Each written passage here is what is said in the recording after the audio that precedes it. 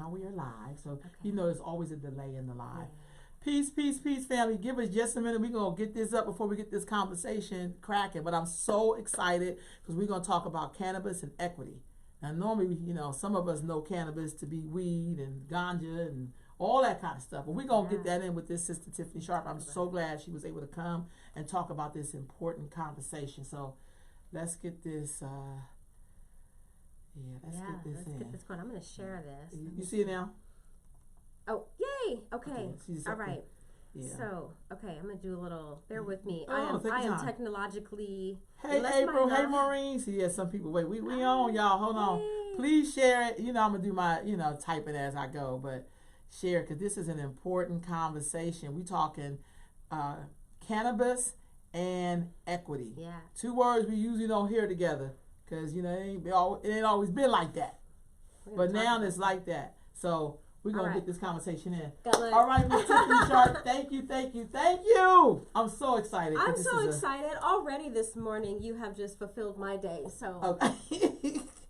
So that's who is Tiffany Sharp? Okay. Woo. Let's get behind the woman that's I'm glad you asked awesome me work. And not my parents or brothers. So. No. Because it's always good to know who's behind this important work. All right. So I'm Tiffany Sharp. I'm an attorney here in Sacramento. I'm also the founder of an international nonprofit called Willow Tree Roots. Willow's my daughter. She's 9. And so as an attorney, I do a lot of work with the underrepresented, a lot of immigration work. More recently, getting into cannabis. I'm in the process of getting a cannabis law certificate with the specific intent of working with our communities that have been harmed by the war on drugs. We're going to talk about that today. Yep. In addition to that, 5 years ago, I started Willow Tree Roots. It's an international nonprofit that seeks to empower underrepresented women to and through entrepreneurship. So I really come at social justice from a perspective of economics. I think that economic empowerment is key to community empowerment. And so with Willow Tree Roots, we have products in Kenya, Peru, Nepal, specifically here in Sacramento, an entrepreneurial incubator called The Power of She, where we work with women of color, entrepreneurs. We've had 3 cohorts. We're very lucky to receive a Rails grant from the city of Sacramento for the second and third cohort, which we just finished up a few months ago, to help women of color entrepreneurs enter into the entrepreneurial space, talking about the business, providing with the business skills that they need to be successful, but from a perspective of a woman of color. I'm an entrepreneur myself. In addition to being an attorney, I've had several businesses. I became an entrepreneur when I was 10. Actually, I started making Cabbage Patch Kid clothes. And remember those? Yeah, yes. my first business. I sold them to my friends and made $110. And couldn't nobody tell me nothing because I had $110 at 10 years old, and I could do whatever I want with that money because I made it myself. And what that showed me is that really when you have the resources and the financial resources, you can really, particularly as a woman, particularly as a black woman, sort of set your own pace, set your own rules. And in the process of having this entrepreneurial incubator for women of color in Sacramento, a lot of women in that space were trying to get into the cannabis industry and had a lot of questions pertaining to that. And so I have an interesting history regarding cannabis or marijuana. We'll talk about those 2 words as well. But I didn't really, I think before 2016, I had consumed it maybe 3 times and hated it. And so when, 2016 rolled around, that was a different story, and we'll talk about some cultural things there. But these women were coming to me asking me about, being a woman of color entrepreneur, black woman entrepreneur in this cannabis space, in the now legal cannabis space, and the economics of it, the legalities of it, and really realized that there's a gap in knowledge, there's a gap in services, there's a gap in representation. And as I've continually moved through this space, I really see how, equity, how important equity plays in the legal marijuana and cannabis space. So that's where I'm at now. I founded my own personal company called Woke Canna, working with women of color in the cannabis industry, sort of like the entrepreneurial incubator, but working with women specifically in the legal cannabis space. And then more recently, I'm the founder of the California Institute for Cannabis Equity, in which it's a statewide, we're in the process of getting 501c6 so that we can really work on a local, state, and community level to economically and so, enhance our presence in this space, which is, I think, is our rightful place to be considering the history of it. So let's back up for a minute. So you're talking about cannabis. Yeah. What is the difference between cannabis, weed, ganja? Yeah. What's the difference? All right, this is good. Okay, so I love that. This is a good question because I get asked this often. Okay, so weed, people call it weed because it literally is a weed. It grows in the wild, it's a weed. So it's sort of a slang name, it's weed, but it grows in the wild, it's a weed. Left untouched, it just kind of does its own thing. So so that's where ganja is sort of, it's like a from Jamaica, and we'll talk about some of the history of how marijuana came into the United States as a country. Mm-hmm. But more specifically to your question, cannabis is more of like the umbrella, like genus of the plant. Mm-hmm. So with under the umbrella of cannabis, you've got marijuana and you've got hemp. Okay, so cannabis is more of like the family name. We talk when we're talking about cannabis. Most of the time when people are talking about cannabis, they're talking about marijuana, right? But cannabis really entails that whole family of plants. Mm-hmm. The reason why it's been referred to historically as marijuana is really relates back to the 1930s when prohibition of it began. So during the 1930s, after alcohol prohibition failed, the bureaucrats were really looking for something else to focus on. And what they started seeing was a lot of immigration from Mexico and the West Indies and those, the islands coming into America, and with them they were bringing marijuana, where it grows as a weed, and really started to focus their attention on associating this plant with Black and brown communities. This is where we first start to see marijuana be associated with literally Black and brown communities. You're talking about immigrants from the West Indies, some of the the less financially privileged communities, Mexican immigrants, so Black and brown communities, and they started calling it marijuana to really emphasize the Spanishness of the name, to start garnering fear amongst the middle and upper class whites surrounding this plant, and tried to associate, much as they did, a lot of the problems with crime had a lot to do with alcohol, but since alcohol prohibition failed, they started to try to make that connection between marijuana. Started to say, this is when you start seeing these campaigns come out, like reefer, these videos like Reefer Madness, and things going around like if white women consume marijuana, they're going to start having sex with Black men. So this is where it really starts. And so I like to refer, I refer to it cannabis when I'm, it depends on the context. It sort of like depends on who you're talking to. Right. We all do a little code switching. Right. And so, I'm talking in the legal, but when we're really talking about marijuana, and I try to make that distinction, like, let's call it marijuana because this is what we're talking about. We're talking about this plant, right? We're talking about this particular plant. We're not usually talking about hemp. Right. We're talking about marijuana, and let's recapture that whole reason why, like, people were, they were calling it. We're sort of reclaiming the name of it, marijuana. It's what they were using to make people to persecute Black and brown people, essentially. And so now that it's legal, we're not going to forget that and start calling it cannabis. It's sort of like, now that the white folks, now it's okay with white folks, we've sort of, it's dusted, remarketed, rebranded it. We rebranded it, but and cannabis is so we don't have to remember how we came to be where we're at today, which is really off the backs of Black and brown people. So I like to refer to it as marijuana. You will hear me say things like cannabis. It's just really comes down to code switching, right? Right. I forgot about hemp, but that's another term when you said that. Yeah, hemp is different. Hemp has no THC. So, when we're talking about what Black and brown people were thrown in prison for, we're talking about marijuana. So that's what we're going to keep talking. We're going to keep, let's call it marijuana, because this is what, people aren't going to the dispensary buying hemp. Right. People are going to the dispensary to buy marijuana, right? This is where the money is. I mean, there's money in hemp, don't get me wrong, but like, you know, when we're talking about the controversy surrounding the economics of the plant, we're talking about marijuana. Okay.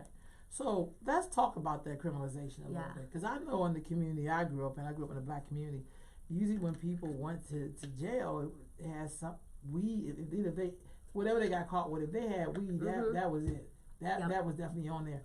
So how did marijuana, I'm going to just stick with that, impact our communities? Yeah, so let's talk, let's talk about that. So going back to the 30s, so this is where the campaign against criminalizing it, demonizing it. They even call it the demon weed, was a name for it, started. And this went really up through the 1960s. Then during the 1960s, we start to see the Cultural Revolution. A lot of middle-class white kids started doing it, became a symbol of like the hippie revolution, the hippie era.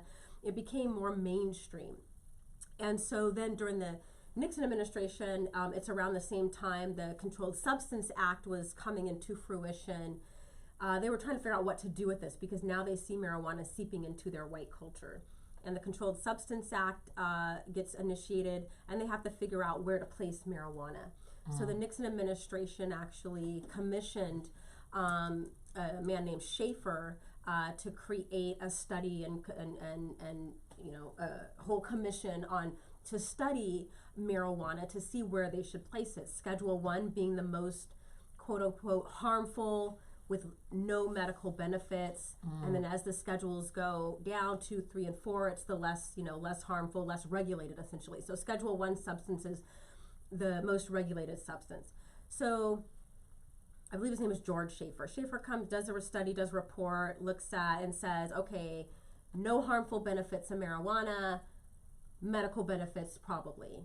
And despite this, Nixon totally disregards his own, commissioned study and puts it as Schedule 1. What that means is that marijuana became one of the most regulated substances on the Controlled Substance Act. To give you some context, cocaine is a Schedule 2, meaning that they have determined cocaine is less harmful and has more medical benefits than marijuana. All politics. So that's how it got to be like as a Schedule 1. Then we jump to the Reagan administration, the war on drugs.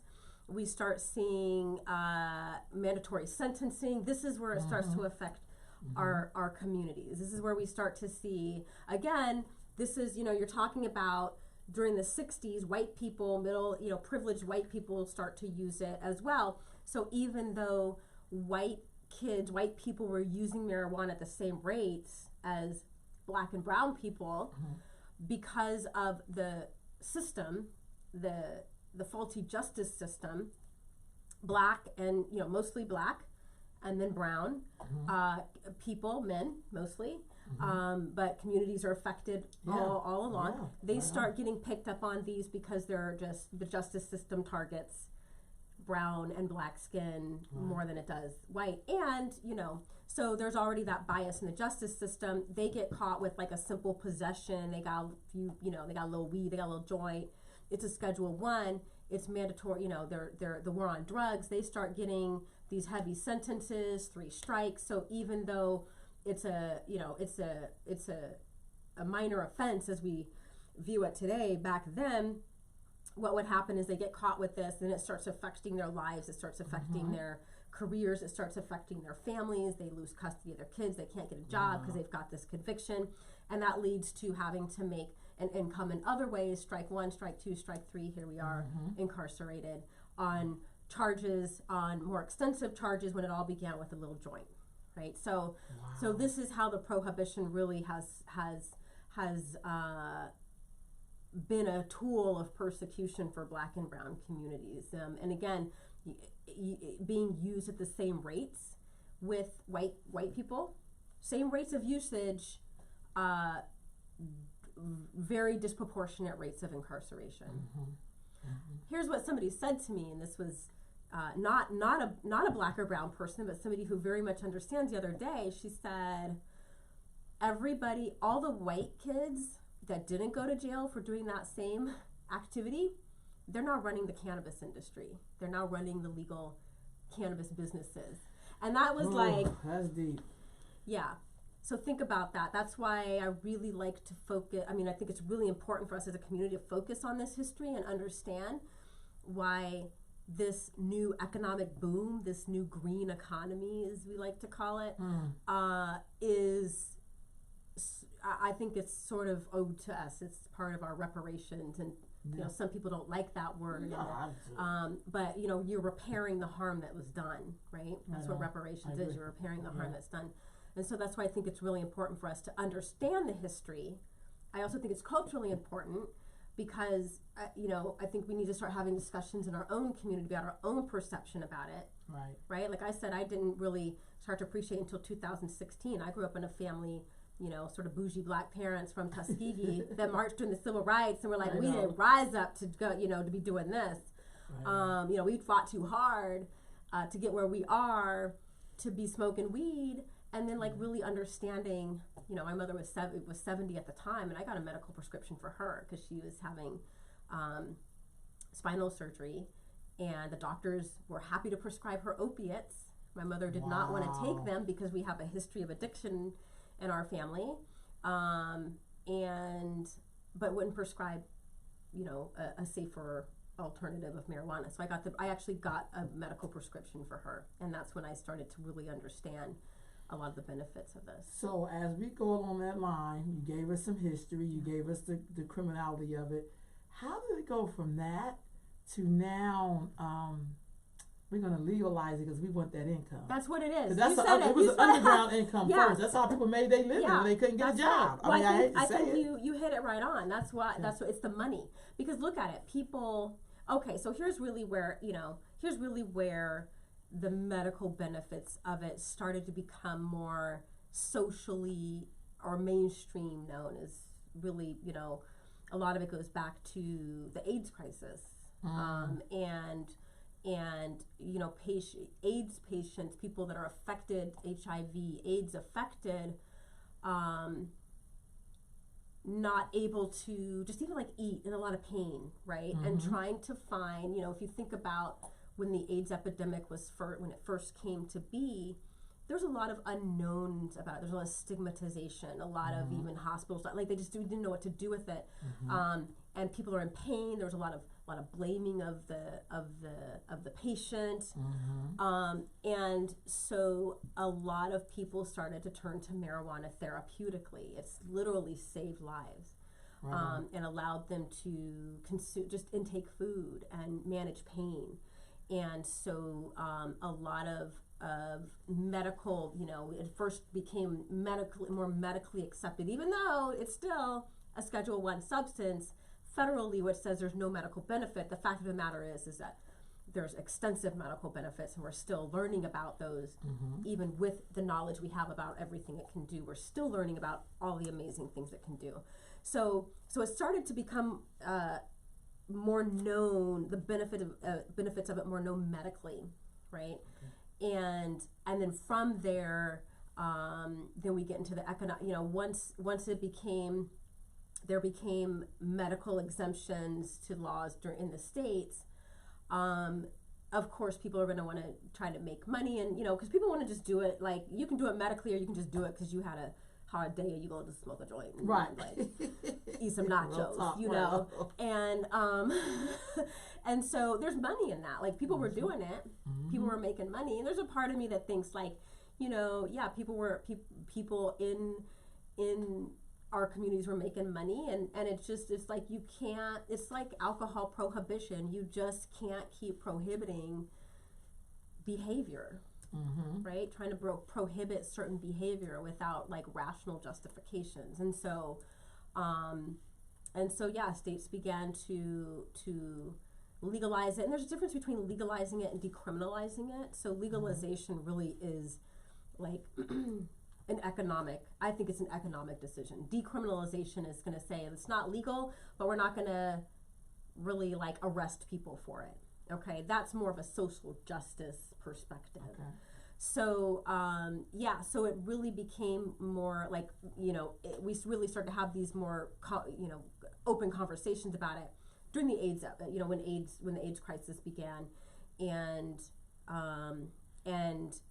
some studies were allowed to explore like the medical benefits with AIDS patients, and you start talking about cancer patients. Now they're even talking about having it, using it to help alleviate opiate addiction, PTSD. So we're just, we're continuing to learn. But even here in California, it became, when I got a medical prescription in 2016, it wasn't recreationally legal. So I had to get like a medical. I had to go to a doctor, talk to a doctor.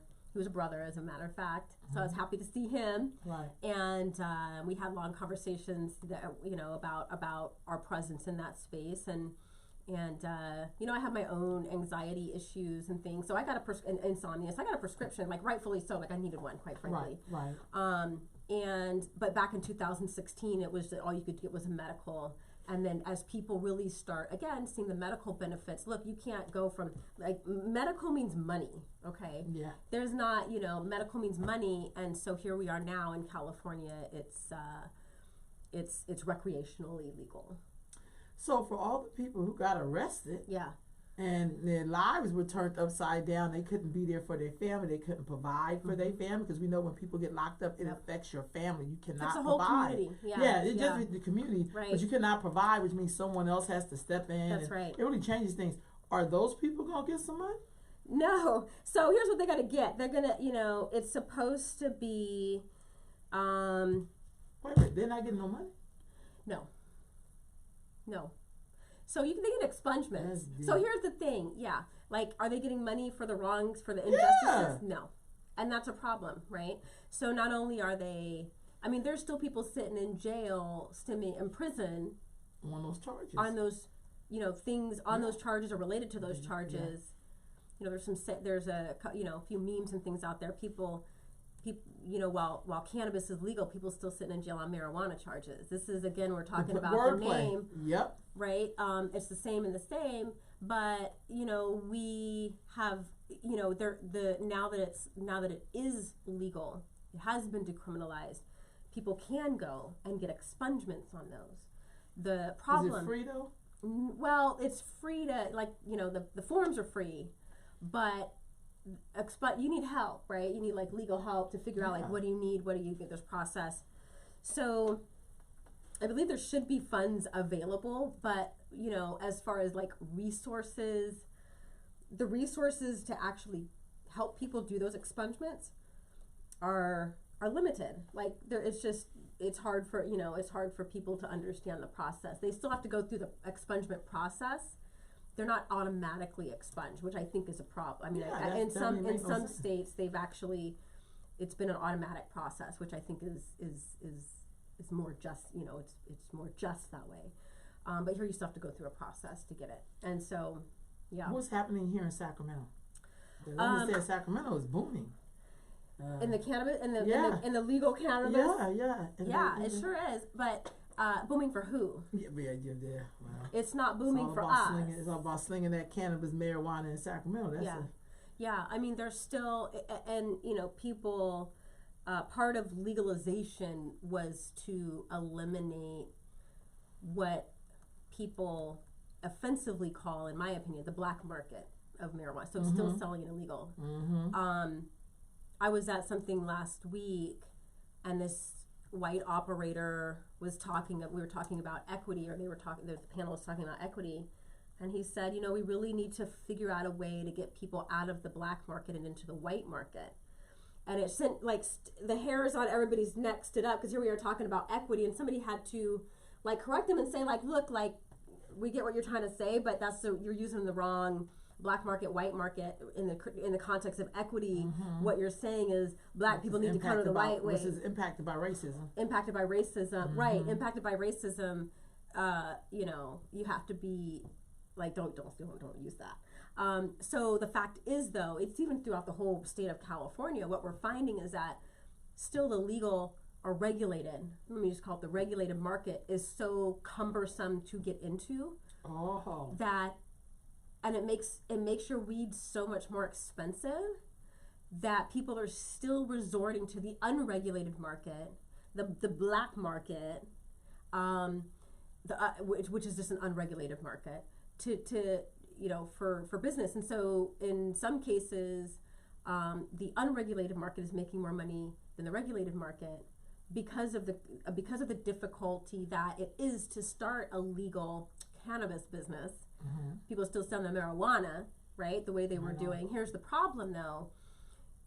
You're not getting arrested for simple possession. Now you're getting arrested for now you're getting not necessarily arrested, but you're getting fined, penalized, heavy fines. People losing their homes. It's become an economic source of persecution, whereas before it's a criminal. It's a criminal source of persecution. So, Sarah said, "Is expungement automatic in California?" And I think that answer is no. No. Okay. And so I was at something with the city last week, and we're because there should be expungement. I think people sort of forget about the expungement portion of this. And so we're really, because there's so much, I think we have to remember all the components and aspects of it. Yeah, okay, you can get a license as hard as heck to get. Okay, you need a lot of money still, even when you get those licenses. Okay, you can't get thrown in jail. You can't get thrown in jail or prison for having your joint. Okay, that's yay for that. 72-year-old, grandmothers, I think it's okay now. Okay, yay, that's good. But what about the people that have actually been, they're entitled to expungements, and so because there's such a limitation on just even financial resources and legal resources to help people get expungements, they're not getting done, or people are trying to figure this out themselves. Not only that, but what about when people do get out of prison or jail, right? We had a community forum last week to talk about some of the city things that are coming up.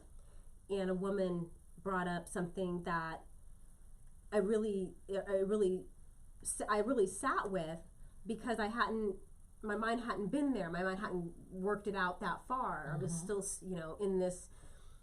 I was still here, and it was like, we need to be thinking here. She said, beautiful Native, I think she was Native American, but she said,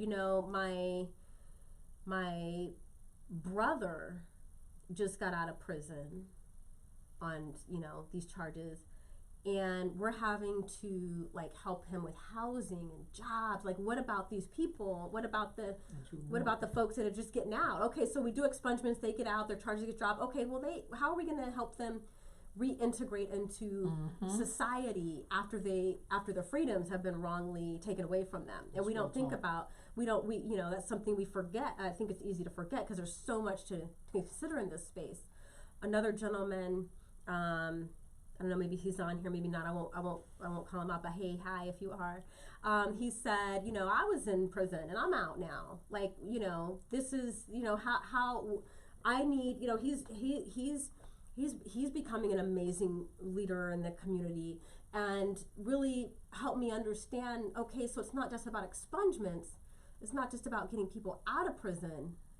It's about when they get out, how do we repair that damage that's done, right? Again, talking about reparations. How do we not only repair the damage in the community, but for people that get out? And so we haven't been focusing on that. That makes sense. Sarah's saying rules, costs will have to change, or the black market would take over. Especially, that's her comment. That's what she's saying. If the rules don't change, and she said 6 plants legally to grow in your home. Is it 6? It's 6 indoors. Indoors. Yeah, in Sac County. Yeah, in Sacramento County, it's 6 plants indoors. So what's going on in Sacramento? I know I have 6 plants, by the way. 6 plants. Yeah. So what's going on in Sacramento as opposed to the dispensaries here? Ooh, girl. What's going on with that? Yeah. So as far as the city licenses go, dispensaries are the one category where there's caps, meaning there's a limit of 30 as it stands right now. 30 licenses for storefront dispensaries.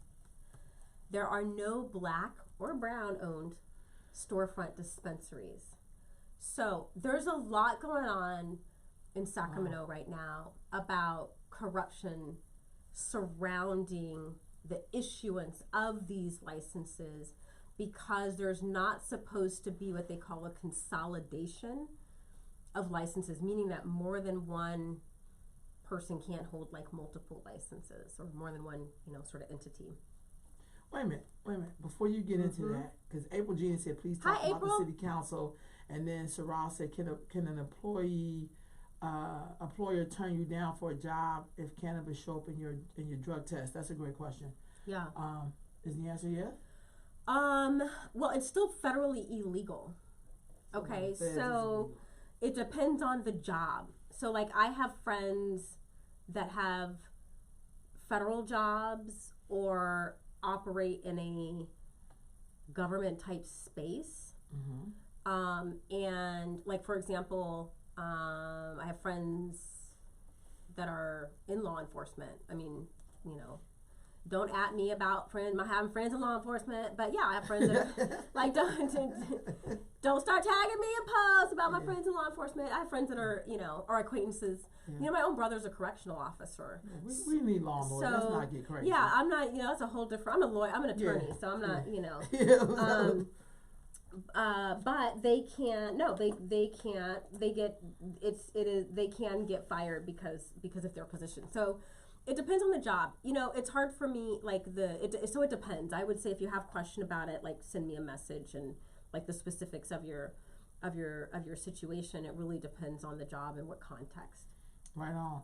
I'm going to go back to April's thing. So the legalization of cannabis, marijuana, is how many years old for Sacramento? Okay, so the recreational use was passed.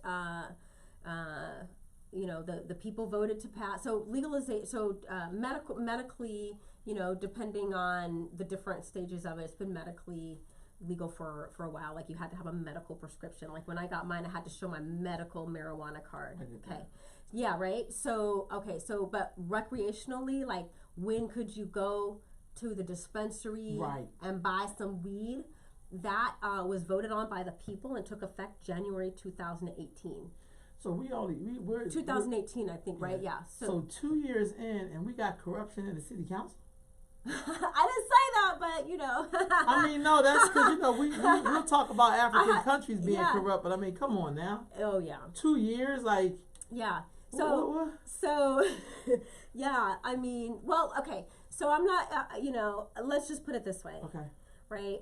Let's just put it this way. And I'm trying to straddle, or is it just the city? Maybe it's not the council, but the council does belong to the city. I mean, city council does run it. I would not say you're wrong. I would not disagree with you. Okay. I mean, now that's an attorney answer, but I would not disagree with you. Okay. So, but like, let's think about this. Let's like work this out. Like, let's think about this, right? Marijuana becomes recreationally legal January 2018. People can start getting dispensary licenses a little bit before that in anticipation of this. Okay. Caps at 30 and 30 for Sacramento. 30 for the city of Sacramento. Okay. For the city of Sacramento. So again, versus the county, the city of Sacramento. Okay. I mean, you look at who has the licenses and where the licenses are, where the storefront dispensaries are. Yeah, let me just put it this way. Sacramento Bee came out with an article that highlights a lot of the issues of corruption, links some of this back to members of city council. And yeah, there's some words on the street, let's just put it that way, that this has not been a clean process. It has not been a clean process. Who we line up and hold accountable. I think even the FBI is still actively in the process of. Whoa, FBI! What the FBI got to do with this? Well, okay, so the 30 dispensaries, when we talk about this unauthorized or illegal consolidation, 8 or 9 of them, I believe it's 9 of them, are held by one sort of like group or people, all linked back to one people, that also are linked back to some of the scandals with Giuliani and the Russians. Oh God. I mean, that's how it sort of came. That's how it really came out into the open, is the FBI was investigating Russian corruption within the dispensaries, and they start looking at where the money has been going and like how did this happen, who benefited, and they're So I'll leave has it. anybody been held accountable for that though? I mean, No. I think that's. No. It's election time. We need to look at that. I mean, we vote for somebody and they condone this. They shouldn't even be running again. No, but I know that's the just- city auditor's doing some work. Okay. Like some things are being done. Okay. Let me just. I mean, there's a lot. There's a lot in process right now. Okay. Let's put it that way. Okay. I think accountability is going to be had. Is everybody going to be held accountable? I tend to be an optimist, but probably not. But it's not. Within these circles, a lot is known about a lot of people, and a lot of the same stuff is known and recognized. So, I think we're going to see some interesting things. Just like even within the next year, I think we'll see some interesting facts and news come out regarding this. Sarah is asking, is there a test if you are pulled over in your car? Okay, so I think they're coming out with one. It's been a few months since I've updated myself, but marijuana is really hard to prove in your system. It's really hard to show because people react to it differently. Mm-hmm. People have a different tolerance. It's not like alcohol where you can blow and they can actually I'm not sure the science of it, but they can actually tell what your body what your percentage is, and there's a legal limit and there's a beyond legal limit. They haven't set legal limits for marijuana, right? Because and again, this goes back to why we need to do more medical studies, not so we can start throwing people in jail, but this just this shows how much we don't know. It's people's bodies process it differently, mm-hmm. right? Mm-hmm. And people react to it differently, right? I don't drive stoned. I can't. I can barely get my head wrap on my head to go to bed. Right. I'm just let me just. Right. But then there's different types of weed. So, but then I have friends that will consume it, and they're some of the most productive people I know. And can their motor skills aren't affected. So it affects everybody in a different way. I think that's really why you need to understand if you are gonna consume it, how does it affect you, and what benefit, what are you trying to get from it. But no, I think they're trying to come out with some, but I think there's even when they do, there's going to be a lot of legal challenges to that, because there's no, they say don't drive impaired now. You see some mm-hmm. of the billboards that used to say don't drive drunk. Mm-hmm. Now it says don't drive impaired, right? So I think there's no test for it, but sometimes people will drive on opiates or whatever, and you can tell when people, their motor skills are not functioning safely, they're not using their motor skills in a safe manner. Mm-hmm. That's what they get them on, reckless driving or something, driving under some influence. But there's no, for marijuana, and even for opiates and things like that, methamphetamine, there's nowhere test like there is for alcohol. Mm. If you're just joining us on Earth Mama Live, we are talking with Sister Attorney Tiffany Sharp about cannabis, marijuana, equity. Yeah. What is equity? So I think sometimes people get that confused with equality. Okay. Yeah. So this is my version of what equity is. Okay. So for me, equity really is, equality is what we're striving for. Equity is how we get there. Right on. Okay. So, you can't have equality, you don't just say, okay, so listen, I hear these, I have a lot of very well-meaning white people, white friends, hi white friends. They're I think everybody's equal, right? I think everybody's equal.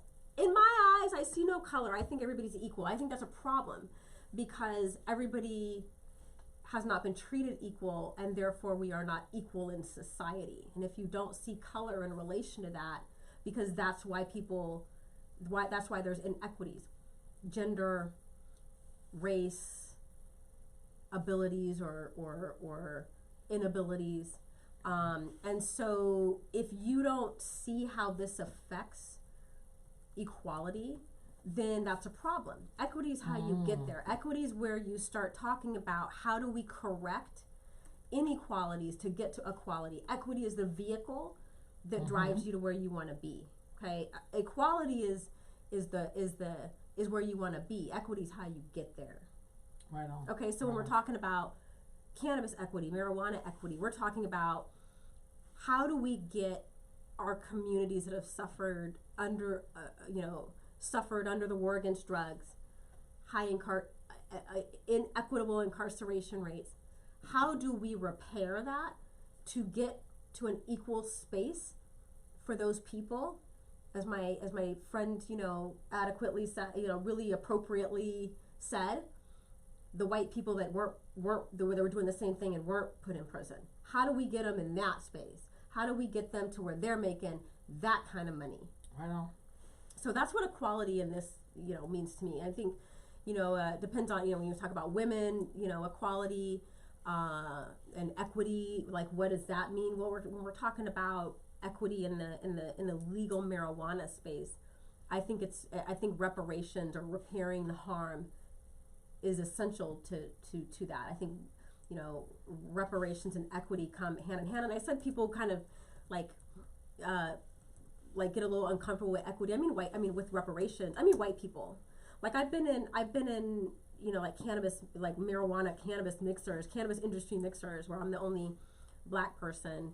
And I tell people what I do, and they say, "Okay, well, I don't believe in reparations. I never even say the word reparations." But this is what people start like. There's a lot of like pushback in the white community. I think a lot of it has to do with guilt. Like, okay, it's legal. Like, why are you crashing our fun, right? Because I think a lot of white people making a lot of money, they think it's just a big old party. It's like a big old frat party. I've been to these mixers. People are dabbing and like consuming and like it's like a big frat party, like it's literally like a big party, right? And they don't want to, like, don't bum me out talking about how we got to be able to do this, right? Just be happy and smile and toke on this or whatever.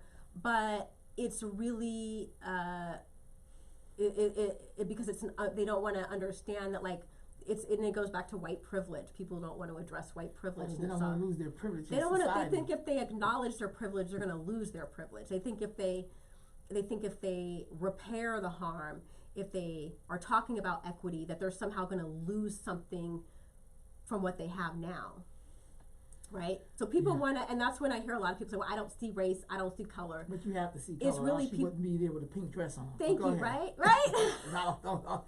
No. Yeah. But I think people say that because they don't want to. They are afraid that if they acknowledge and work to address it, that they're somehow going to lose something. Like they're gonna, like, I have to give up what I have so you can have half of what I have. But they should do that because the half they got came from someone else's sweat and toil. Well, think about it though. Like, think about everything culturally, right? People want to snatch up. Like, people eat a taco and talk about, I don't want immigrants in this country, right? People will talk about Black people while they're listening to our cultural music that stemmed from our culture, right? And they don't from the trauma of our culture. From the trauma of our culture. God, but really? But it's really connected, right? Pain. Like, think about it. People want to enjoy the music and the beauty that comes from the trauma of our culture, right. But they don't want to address the trauma of the culture that got in there. It's the same way as the legal marijuana industry. Yeah. They want to enjoy the benefits of this trauma, right? Of how, it's been almost 100 years, right? We're talking about the 1930s. Yep. We're now here about 2020, 90 years since we really, since the crackdown on Black and brown people started. Bless you. Mm-hmm. And it's been almost 100 years, but people want to enjoy the benefits, like they want to enjoy the beauty of the trauma of our culture, but they don't want to address the trauma of our culture. And again, I think that's white privilege. I agree with you. What can we do? What can regular people do to ensure that in this cannabis equity fight that we show up on the right side? You got to show up, first of all. Ma'am, show up to where? Okay, so show up to here's my thought on just our community, and we got to show up to spaces, right? I'm all for. And again, don't tag me, don't at me. Just don't. I'm gonna be 45 next week. I'm a 45-year-old Black woman. I have had it. I'm just kidding. No, but I have. But here's the thing. Okay, yes, marching, protest, yes, absolutely. But, and still, you need to show up to the process. Okay, you show up to city council, make your voice heard, show up to the statewide legislative process. Okay, of course, vote if you can. If you can't vote, and it's because you have influence others. If you can't vote because you have some felonies associated with marijuana convictions, get those expunged so you can vote. We got to show up to social justice is showing up in the streets, but it's also showing up in the spaces where these policies, rules, regulations, and laws are being made. And maybe that's the attorney in me coming out. No. But this is real. We have to show up because sometimes people get sort of toned down. Like, they just expect us to march in the streets and hold a sign. They don't expect us to show up or use our voice directly in front of them. It's very easy for people to ignore a protest. It's harder to ignore when somebody is standing in your face as a policymaker, as a legislator, and say, I'm holding you accountable. What are you gonna do? I see you. And guess what? I'm a voter, right? Because it's all about politics. That's so true. Right? They don't care if they don't have to worry about you if you're not gonna, politicians, policymakers, they care about the people, but they also care about their jobs. And I think a lot of times, particularly when you've been in this job a long time, you forget that you're supposed to be representing the people, and you are really just concerned about your job, securing space, getting reelected. And if people aren't going, if we're not voting, if we're not saying, hey, if you do this, I'm going to make sure people don't vote for you, it's sort of you got to approach it from the narcissism of politicians, policymakers trying to secure their jobs. So we have to show up in these spaces, and also we need to start having conversations within our own community. I think when it comes to legalized marijuana, there's still a segment of us that have been convinced by the stigmatization of it, that it's not for our communities, right?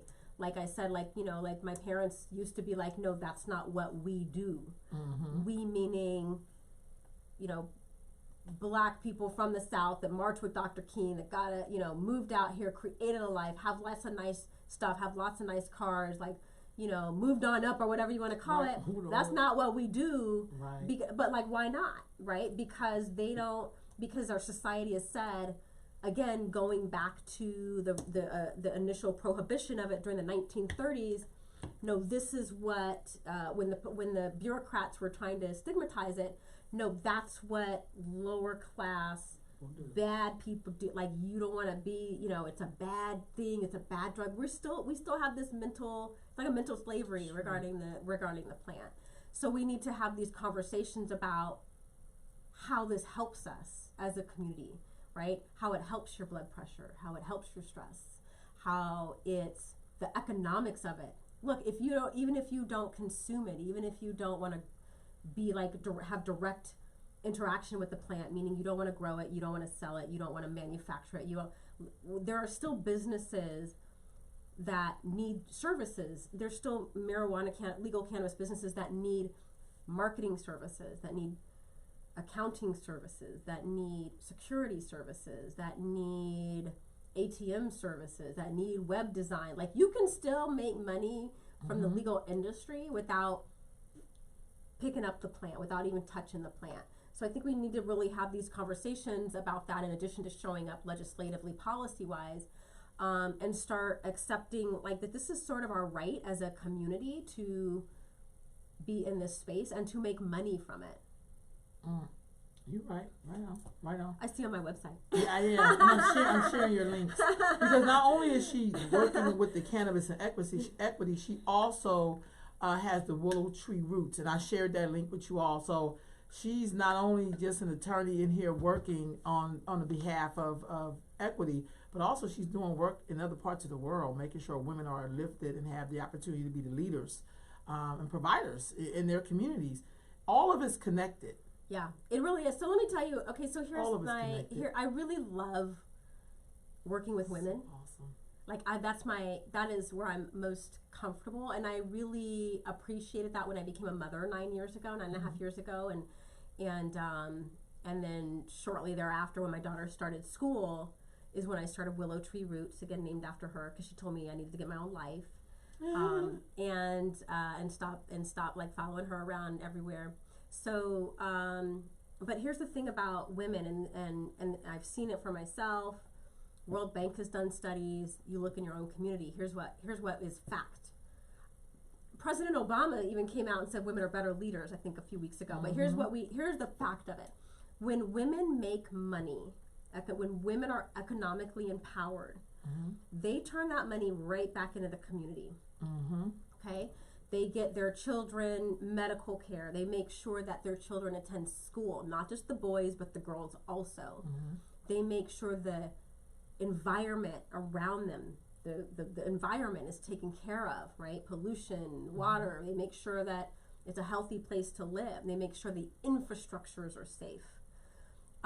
They make sure that the community is cared for before they care for themselves. That's a whole nother conversation for a different day about self-care and self-care of women, because we're taking care of everybody else. But this is a fact. This is a world fact. Okay, World Bank has done studies.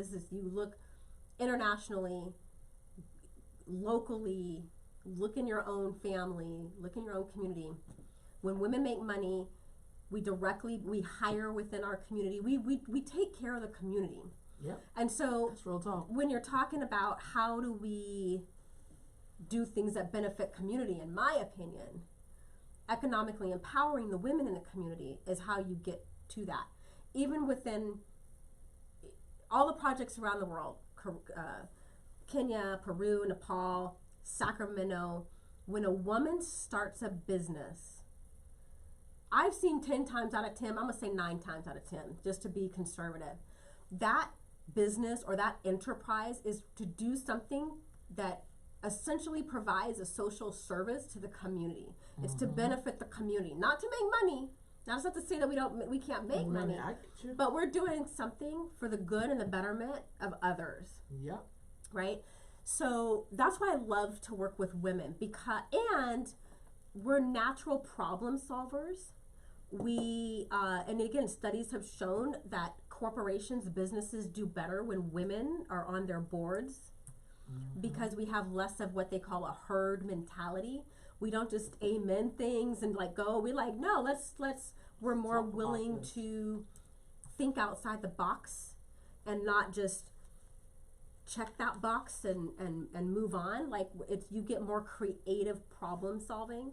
You get more efficiency. We're natural multitaskers, so we get shit done. Can I say that? No, yes, you can. Oh my God, yes, you can. So we get, women get shit done.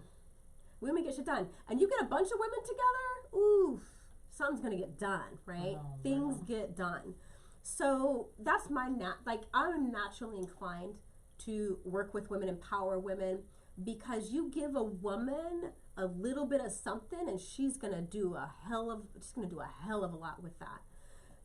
So I think, and again, if you think about it in terms of the legal marijuana space, it was mostly our men that were incarcerated. Who's left to care for the community? Who's left to try to make some sort of semblance of family, of structure, of business? It's the women. That's real talk.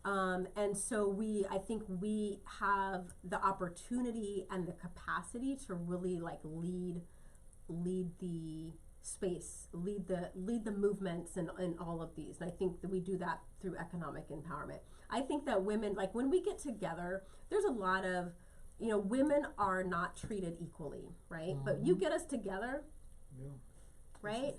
Yep. Makes they have no choice. That's right. People have no choice. That's real. Particularly black women, girl, please. Brown women, you get us, we get us all together, and everybody else will follow from there. How are women doing in this cannabis equity? So, if you think about not well, okay. Okay, but think about it this way, just in business in general. And again, okay, so I've said this publicly before, and I'll say it here. The legal cannabis space, I have found to be one of the most racist, sexist industries. So you talk about just in general, business in general, legal business in general. People of color are less likely to receive venture capital startup funding, right? And then you start talking about women. Okay, so women, white women, brown women, black women, women.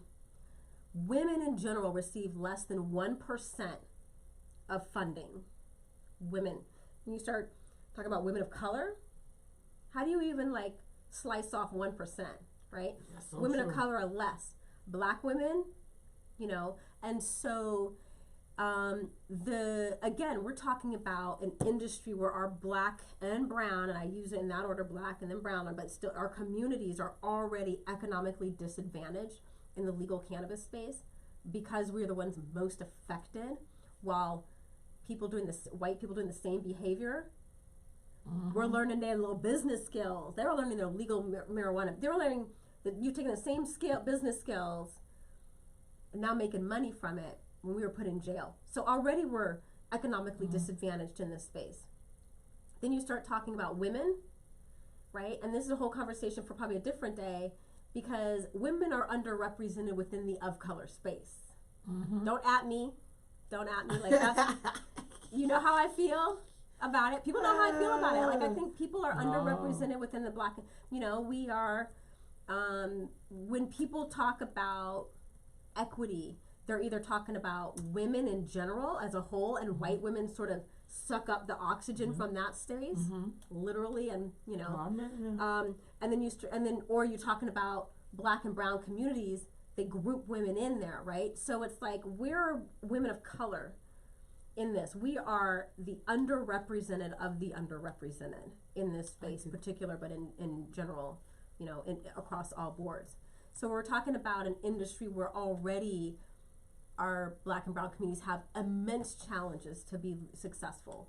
Just even the startup capital we don't have that generational wealth, right? Right? Because, you know, I have friends that have businesses, and they got their money from friends and family, right? Friends and family. They can't get a bank loan. It's federally illegal. So banks won't secure a loan. So they get it from friends and family, right? We don't have those resources, right? We don't have that generational wealth. So, I mean, we're really talking about it's all tied together. You know, the generational wealth that it takes to just start up to be successful. Like, okay, so the equity program in Sacramento, there's some fee though. So the California has there's a dual licensing. You got to get a state license and you got to get a local license. Okay, so Sacramento has a waiver of some licensing fees, but not all. But that doesn't include but the startup cost is where all your money's going to go anyway, right? So we don't have Grandma Becky and Grandpa Chad that are able to give us $100,000, $200,000 startup loan. You know, maybe you do, but you know, we're talking about our like my parents. My parents aren't going to be like, no, you need to no, I'm not giving you that. No, just no. Like, I know how hard it took. I think sometimes some of us, not all of us, I think some black people, because you grew up middle class, you really think you have generational wealth. Yeah. And it's like, no, you lived in a nice community, but you do not have generational wealth. Generational wealth is privilege mixed up with some other stuff. No, this is true. And my parents are the first one, my parents' generation, not generation, is like the first, my parents are 72.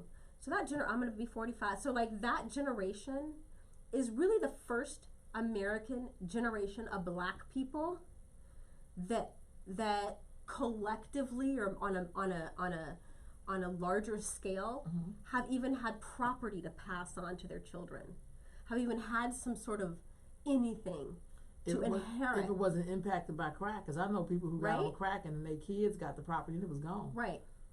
Or they didn't even turn over But here, so I want to kind of connect that a little bit, because we're talking about so now marijuana is legal, but how do you where are people finding themselves getting penalized, right? You have that you're doing unregulated business, the black market as some people want to call it.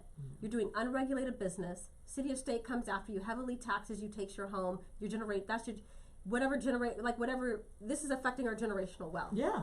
So these are all. This is why I'm really passionate about this, because every I really think that like a lot of our problems with inequity are surrounding this area. You're talking about lack of generational wealth. You're talking about sexism within the community. You're talking about economic, like it's all connected. It's all really connected, and you really start to see it in this space. And that's why I also say that, like, the cannabis industry I've seen is some of the most racist, sexist, because when you start like bringing that to people's attention, you really get to see how they don't want to deal with that shit. Like, they don't want to deal with that shit at all. But yet here you are, a black woman, leading the charge. Am I leading? When you're a part of, as I am, some of the most underrepresented, the biggest underdog you can find would be a black woman. Yeah. But we would still be running to the fight. Yeah, right. Ready to rock and roll. Right. Barely able to, like, barely able to run, but we will run. Yeah. We will hobble. Mentally hobbly, we will be just like broke down emotionally. But we still be in that fight though. Tired. Had no self-care. Yeah, and be running to the fight. So I applaud you. And be first in line to the fight, screaming the loudest. But the last to get a piece of it. Last to get a piece of it. But you the one who brought the whole pie home. Why you playing? Look here, y'all. As we wrap up, this is a great conversation. What are some of the key things we should know in our community? And we're black folks. Like, come on, like, sometimes we just don't be knowing.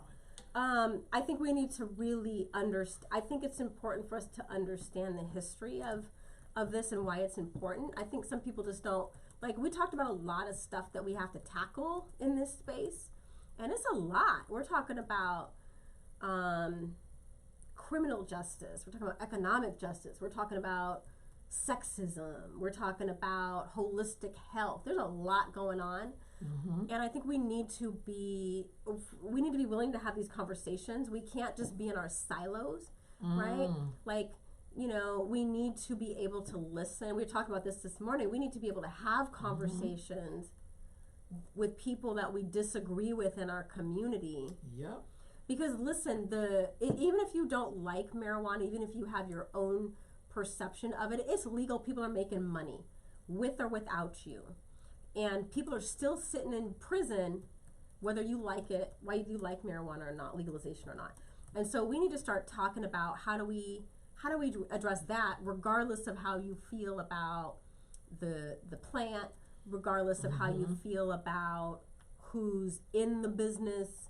We need to start having conversations surrounding our own issues with it within the community, our own stigmatizations, our own feeling that this isn't our right to economically profit from it, and our own feelings about women in this space, and the economics of it. And we need to show up. We need to show up, and we need to participate, whether you consume or don't consume. Whether you have someone in your family that's been affected by the war on drugs or not. This affects us all, right? And so I think we just really need to show up and participate. We need to look at it from a global perspective. Global, I mean like global as far as our community, and not just what you feel about it. Like what's best for the community.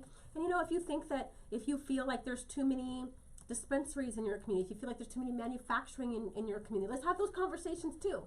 Because just because it's legal doesn't mean you need to have a manufacturing place in your space unless it's black owned, right? Like, let's start talking about the real economics of it.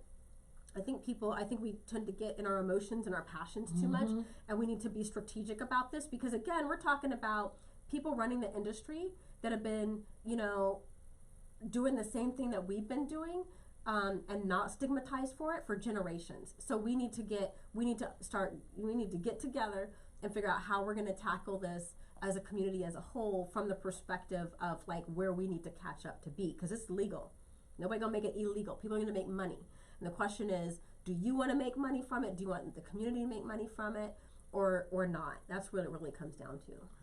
Thank you so much for joining me today. I learned so much. I mean, I can listen to you talk all day because you make a lot of sense. And I think we need to be talking about this just as much as we do other things. Yeah. Because I think that the impact of this is so long lasting. Yeah, and it affects all areas. Yeah. Right. Yeah, you can't get away. You can't get away from it. Yeah, it's got its hand on every aspect of it. So Real we might talk. as well start talking about it. Real talk. Thank you so much, Miss Tiffany. Thank you so much. Thank you, family. I should be back on tomorrow with another guest. Talking about issues that we need to talk about in our community. Y'all enjoy your morning. Peace.